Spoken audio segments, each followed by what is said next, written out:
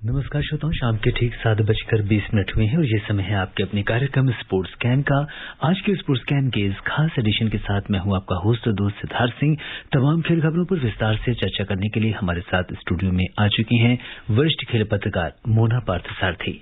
Mona, sports can कार्यक्रम में आपका स्वागत है। धन्यवाद। सभी श्रोताओं को नमस्कार। सबसे पहले नजर अब तक की स्पोर्ट्स हेडलाइंस पर। जोहान्सबर्ग में दूसरे क्रिकेट टेस्ट मैच में भारत ने दक्षिण अफ्रीका को जीत के लिए 240 रन का लक्ष्य दिया है।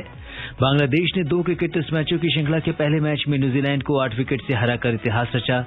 आईसीसी टेस्ट क्रिकेट रैंकिंग में तेज गेंदबाज जसप्रीत बुमराह 9वें पायदान पर पहुंचे और Indian super league football championship में अब से कुछ देर बाद एटीके मोहन बगान का सामना हैदराबाद से होगा।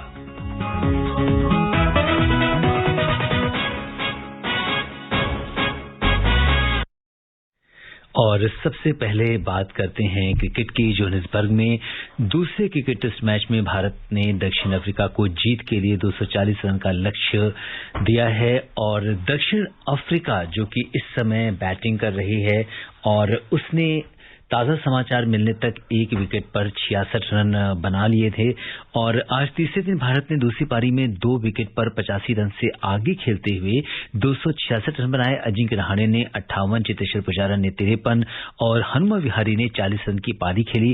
दक्षिण अफ्रीका की ओर से कागिसो रबाडा, लुंगिसानी एनगेडी और मार्को यानसन ने 3-3 विकेट लिए, जबकि ड्यूएन ओलिवियर ने 1 खिलाड़ी को आउट किया। इससे पहले भारत ने पहली पारी में 202 रन बनाए थे।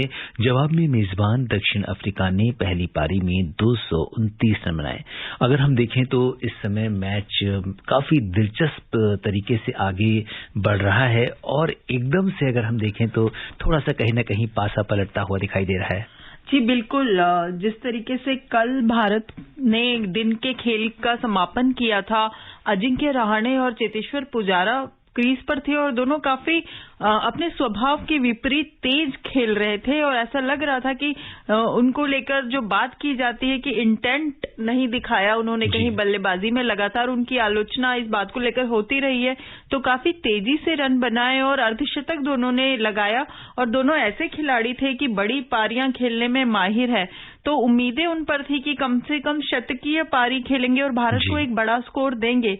लेकिन फिर कागिसो रबाडा ने दिखा दिया कि उन्हें दुनिया का सबसे खतरनाक तेज गेंदबाज क्यों कहा जाता है और एंगिडी और मार्को ने उनका पूरा साथ दिया और दक्षिण अफ्रीका ने एक तरीके से कहे तो वापसी की और भारत को बहुत बड़ा स्कोर बनाने नहीं दिया। लेकिन यहां पर भी 240 का जो लक्ष्य है वो इस पिच पर बनाना उतना आसान होगा नहीं, क्योंकि लगातार क्रिकेट विशेषज्ञ कह रहे हैं कि 200 से पार का कोई भी लक्ष्य यहां पर चौथी पारी में बनाना बहुत मुश्किल होगा। तो ऐसे में नजरें भारतीय गेंदबाजों पर, खासकर शार्दुल ठाकुर पर और मोहम्मद शमी पर रहेगी। शमी ने पहले मैच में कमाल किया ही था और ठाकुर ने पहली पारी में जो 7 विकेट लिए, तो उन पर उम्मीदों का सारा दारोमदार होगा।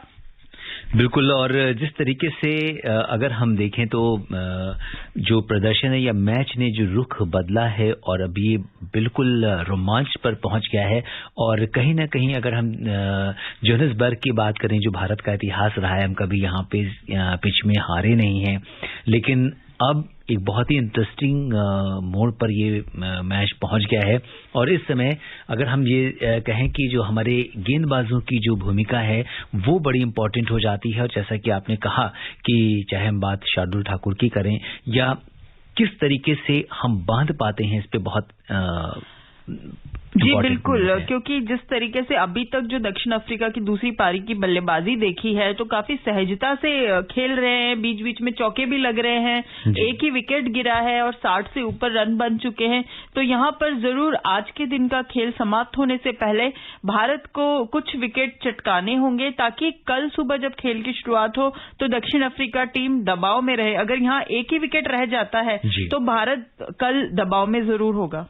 बिल्कुल। तो कहीं ना कहीं जो भारतीय गेंदबाजों हैं उनके ऊपर बहुत बड़ा दारोमदार है कि किस तरीके से वो प्रदर्शन करते हैं और इस टेस्ट का रुख किस ओर होता है। आईसीसी टेस्ट क्रिकेट रैंकिंग में तेज गेंदबाज जसप्रीत बुमराह 9वें पायदान पर पहुंच गए हैं। बुमराह ने सेंचुरियन टेस्ट की दोनों पारियों में 5 विकेट लिए थे। मोहम्मद शमी 2 स्थान के फायदे से 17वें स्थान पर पहुंच गए। रविचंद्रन अश्विन दूसरे स्थान पर बरकरार हैं। ऑस्ट्रेलिया के पैट कमिंस शीर्ष पर हैं। कागिसो रबाडा 1 स्थान ऊपर 6ठे स्थान पर पहुंच गए हैं। बल्लेबाजी की रैंकिंग की बात करें तो सेंचुरियन टेस्ट में प्लेयर ऑफ द मैच रहे केएल राहुल 31वें स्थान पर पहुंच गए हैं। रोहित शर्मा ने रैंकिंग में अपना 5वां स्थान बरकरार रखा है, जबकि टेस्ट कप्तान विराट कोहली 2 स्थान के नुकसान के साथ 9वें स्थान पर आ गए हैं। अजिंक्य रहाणे 2 स्थान ऊपर चढ़कर 25वें स्थान पर पहुंच गए हैं। तो पहले बात करते हैं मोना, जसप्रीत बुमराह की 9वें पायदान पर पहुंचे हैं, वो किस तरह का प्रदर्शन? जी, पहले टेस्ट में सेंचुरियन टेस्ट में जिस तरह से उनका प्रदर्शन रहा, 5 विकेट उन्होंने लिए और भारतीय गेंदबाजी की जो मुख्य धुरी है वो जसप्रीत बुमराह ही है। तो जब टीम का प्रदर्शन अच्छा होगा तो निश्चित तौर पे खिलाड़ियों की रैंकिंग में भी सुधार आएगा। उसमें जीत में उनका योगदान जितना रहता है उसके आधार पर तो बुमराह के लिए और भारत के लिए अच्छी बात है कि वो शीर्ष 10 गेंदबाजों में है। और उम्मीद करते हैं कि इस श्रृंखला के बाद, जब हर श्रृंखला के बाद जो रैंकिंग नई जारी होती है, तो इस श्रृंखला के बाद भारत के खिलाड़ियों के प्रदर्शन में और सुधार आएगा और कई और खिलाड़ी भी अपनी रैंकिंग में ऊपर पहुंचेंगे।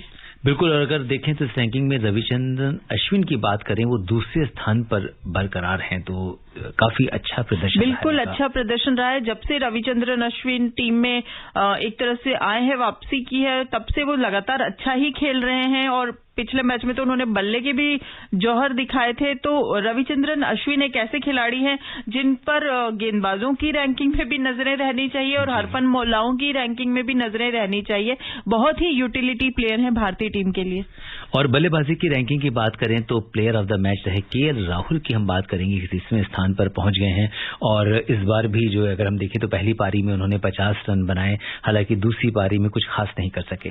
बिल्कुल, इस मैच में वो कप्तानी भी कर रहे हैं, तो एक अतिरिक्त जिम्मेदारी के साथ उतरे हैं इस मैच में और सीमित ओवरों की श्रृंखला में भी उन्हें कप्तानी करनी है। चूंकि रोहित शर्मा नहीं आ पाएंगे, फिटनेस समस्या है, तो केएल राहुल के लिए अच्छी बात है कि अगर वो कप्तानी का दबाव झेलते हुए भी कुछ अच्छी पारियां खेलते हैं तो भविष्य के कप्तान के रूप में उन्हें देखा जा रहा है, तो इससे उनका आत्मविश्वास जरूर बढ़ेगा। और यहाँ रोहित शर्मा और विराट कोहली दोनों ही नहीं है, तो उनकी रैंकिंग में सुधार करने की कोई गुंजाइश अभी इस श्रृंखला में तो कम से कम नजर नहीं आती। बिल्कुल, हालांकि रोहित शर्मा ने रैंकिंग में अपना जो 5वां स्थान है बरकरार रखा है, तो इसलिए उनका स्टेटस वही है, जबकि कप्तान विराट कोहली जो है 2 स्थान के नुकसान के साथ 9वें स्थान पर आ गए हैं। जी बिल्कुल, क्योंकि वो ये मैच खेल नहीं रहे और विराट कोहली का बल्ला लंबे समय से खामोश भी है, तो ये जाहिर सी बात है कि जब आपका बल्ले से रन नहीं निकलेंगे तो रैंकिंग की चार्ट में आप ऊपर उछाल नहीं लगा सकेंगे। तो यहाँ कोहली की बल्ले से एक अच्छी पारी की और अब वो अपने 100वें टेस्ट के करीब पहुंचते जा रहे हैं। तो उम्मीद करते हैं कि जो मैदान के बाहर की जितनी भी उनको लेकर नॉइस है, जैसे कि राहुल द्रविड़ ने कहा था, उनको लेकर जितना शोर हो रहा है उसको वो हाशिए पर रखकर एक अच्छी पारी खेलेंगे, जिसके लिए उन्हें जाना जाता है, जिसकी वजह से उनके नाम पे 70 अंतर्राष्ट्रीय शतक हैं। तो कोहली से उस पारी का इंतजार रहेगा। बिल्कुल, यहाँ पे अजिंक्य रहाणे की भी बात करनी होगी। 2 स्थान ऊपर चढ़कर 25वें स्थान पर पहुंच गए हैं और अच्छा प्रदर्शन कर रहे हैं। बिल्कुल, अजिंक्य रहाणे एक क्लासिक उदाहरण है कि क्रिकेट में कैसे महानायक और खलनायक सब एक साथ एक ही दौर में बना देते हैं। जब आपको याद होगा ऑस्ट्रेलिया में 36 पर जब हम सिमट गए थे, उसके बाद विराट कोहली पितृत्व अवकाश के कारण वापस लौट आए थे और रहाणे ने कप्तानी की थी और उस मुकाम से ऑस्ट्रेलिया में भारत को जीत दिलाकर जब वो लौटे थे तो चारों तरफ रहाणे की चर्चा थी। और उसके बाद अचानक कुछ खराब पारियां, कुछ खराब मैच के बाद उनकी टीम में जगह को लेकर सवाल उठने लगे। तो यहाँ उनके लिए अच्छा होगा कि दक्षिण अफ्रीका दौरे पर जो उन पर भरोसा जताया गया है वो अच्छा प्रदर्शन करे और इस टेस्ट में उन्होंने एक अर्धशतक लगाया है। उम्मीद करते हैं कि उनसे और आगे उस तरह की पारियां देखने को मिलेगी जिसके लिए उन्हें जाना जाता है।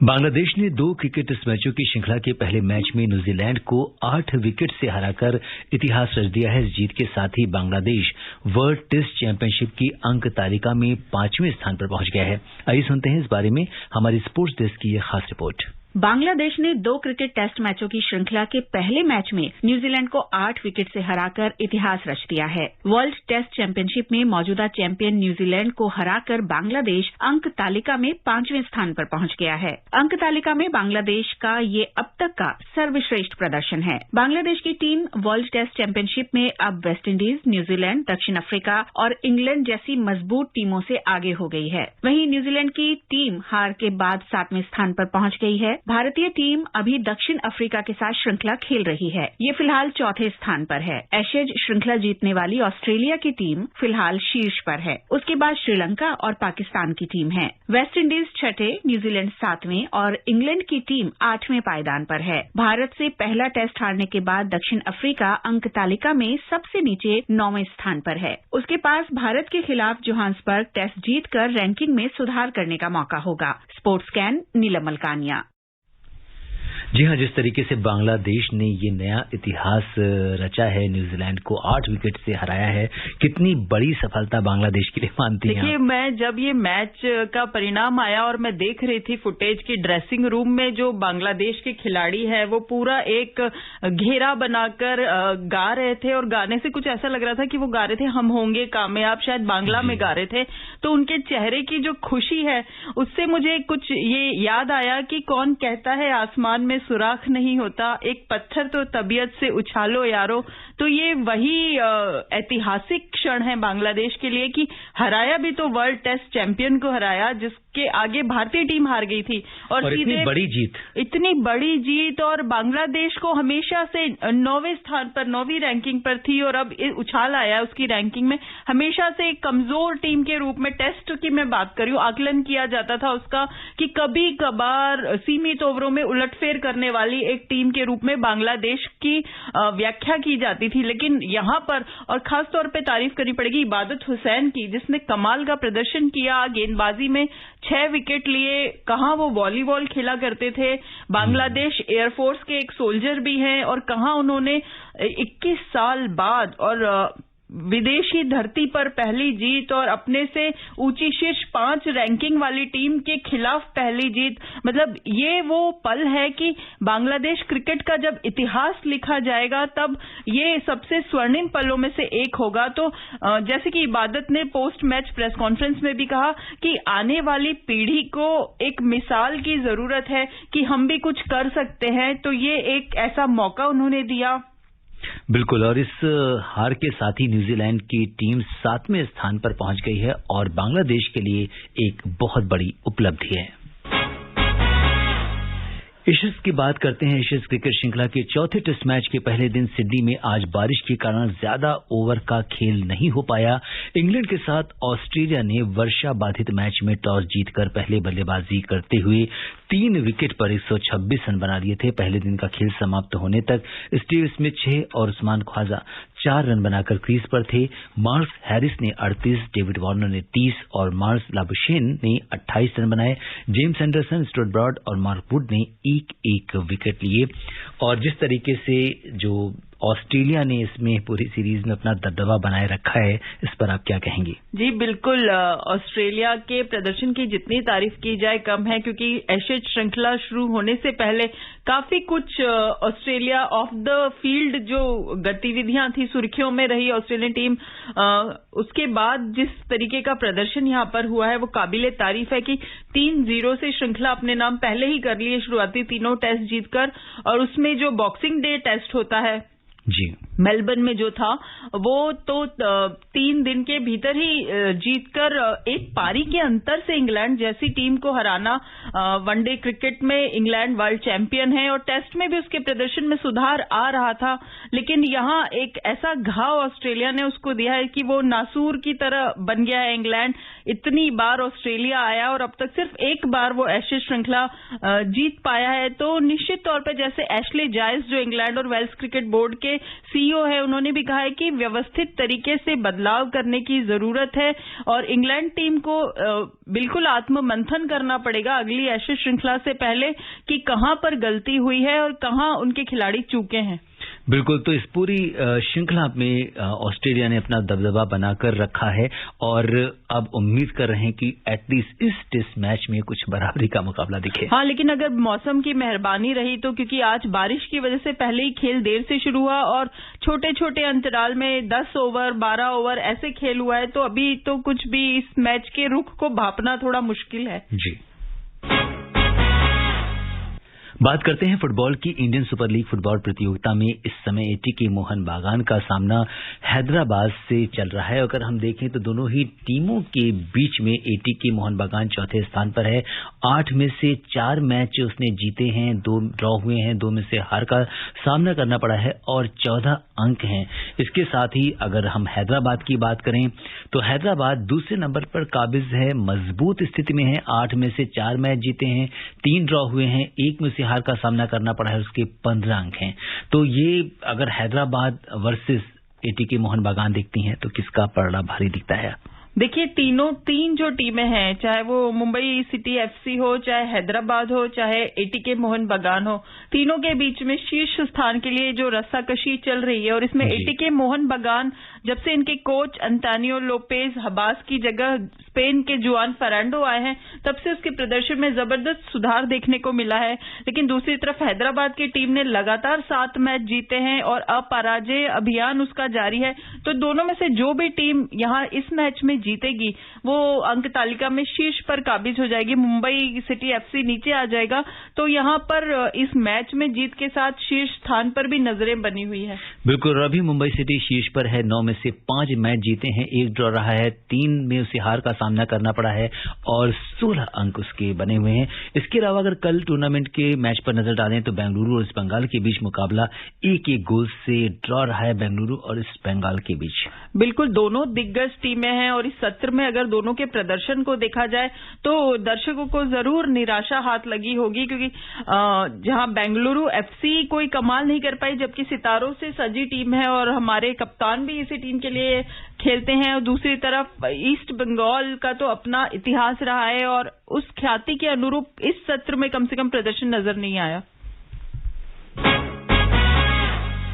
प्रीमियर लीग फुटबॉल में आज साउथहैम्पटन एफसी का सामना ब्रेंटफोर्ड एफसी से होगा। दोनों टीमें नए साल में जीत के लिए एक दूसरे को कड़ा मुकाबला देंगी। साउथहैम्पटन ने पिछले 5 मैचों में 1 मैच में जीत, 1 मैच में हार और 3 ड्रॉ अगर हम देखें तो साउथहैम्पटन की जो है ये ड्रॉ खेले हैं। ये पॉइंट टेबल में 14वें नंबर पर है। वहीं ब्रेंटफोर्ड ने 5 टेस्ट मैचों में 2 में जीत, 2 में हार और 1 ड्रॉ खेला है। वो इस समय अंक तालिका में 12वें नंबर पर बना हुआ है। तो एक अहम मुकाबला जो है वो साउथहैम्पटन एफसी और ब्रेंटफोर्ड के बीच में होने वाला है। अहम मुकाबले से ज्यादा कम से कम एक मुकाबला तो हो रहा है, क्योंकि जिस तरीके से पिछले 2 हफ्तों में प्रीमियर लीग पर कोरोना वायरस जो संक्रमण की दर है उसकी गाज गिरी है, सारी टीमों के पास खिलाड़ी नहीं है उतार पाने के लिए। तो ऐसे में ये निचले हाफ की टीमों का मुकाबला है। इससे बहुत ज्यादा ऊपर के हाफ पर बहुत असर पड़ने वाला नहीं, क्योंकि वहां पर मैनचेस्टर सिटी जो है उसका खिताब जीतना लगभग तय लग रहा है, क्योंकि चेल्सी के परिणाम अनुकूल नहीं आए हैं और ऑफ द फील्ड जिसको कहते हैं रोमेलू लुकाकू के साथ जो विवाद हुआ है उसको लेकर भी काफी टीम चर्चा में रही है। तो उसका प्रदर्शन पर भी असर पड़ा है और सबसे बड़ा असर जो पड़ा है, जैसे कि मैं कह रही थी, कोरोना महामारी के कारण जो लगातार मैच स्थगित हुए हैं, दर्जनों मैच स्थगित हो गए हैं। तो ऐसे में बिल्कुल अस्त व्यस्त और तितर बितर हो गया है शेड्यूल प्रीमियर लीग का। बिल्कुल, अगर तालिका पर नजर डालें तो मैनचेस्टर सिटी शीर्ष पर काबिज है। 21 मैच में से 17 जीते हैं, उसने 53 अंक हैं। दूसरे स्थान पर चेल्सी है जिसने 21 में से 12 मैच जीते हैं और 43 अंक हैं। फिर लिवरपूल का स्थान आता है जिसमें इसने 20 में से 12 मैच जीते हैं, 42 अंक हैं और आर्सेनल चौथे स्थान पर 11 जीत के साथ 35 अंक हैं उसके और वो इस पर काबिज है। तो कहीं न कहीं जैसा कि आपने कहा कि निश्चित तौर पर ये दोनों जो टीमें हैं, अगर ब्रेंटफोर्ड की बात करें और साउथहैम्पटन की बात करें तो दोनों 12वें और 14वें नंबर की टीम्स हैं और इनकी और हार और जीत से बहुत ज्यादा एटलीस्ट फर्क नहीं पड़ने वाला है। लेकिन हाँ, एक अच्छा फुटबॉल दर्शकों को जरूर देखने को मिलेगा। और इसके साथ ही अब समय इजाजत नहीं दे रहा कि हम कुछ और खेल खबरों पर चर्चा करें। मोना, आप हमारे स्टूडियो में ही तमाम खेल खबरों पर चर्चा करने के लिए आपका बहुत बहुत धन्यवाद। धन्यवाद। श्रोताओं, स्पोर्ट्स ज्ञान में आज के लिए बस इतना ही। अगर आप इस कार्यक्रम को दोबारा सुनना चाहते हैं तो लॉग ऑन कर सकते हैं हमारी वेबसाइट newsonair.gov.in पर। कल शाम 7:20 पर दोबारा मुलाकात के वादे के साथ इजाजत दीजिए अपने होस्ट और दोस्त सिद्धार्थ सिंह को। तब तक के लिए नमस्कार, शुभ रात्रि।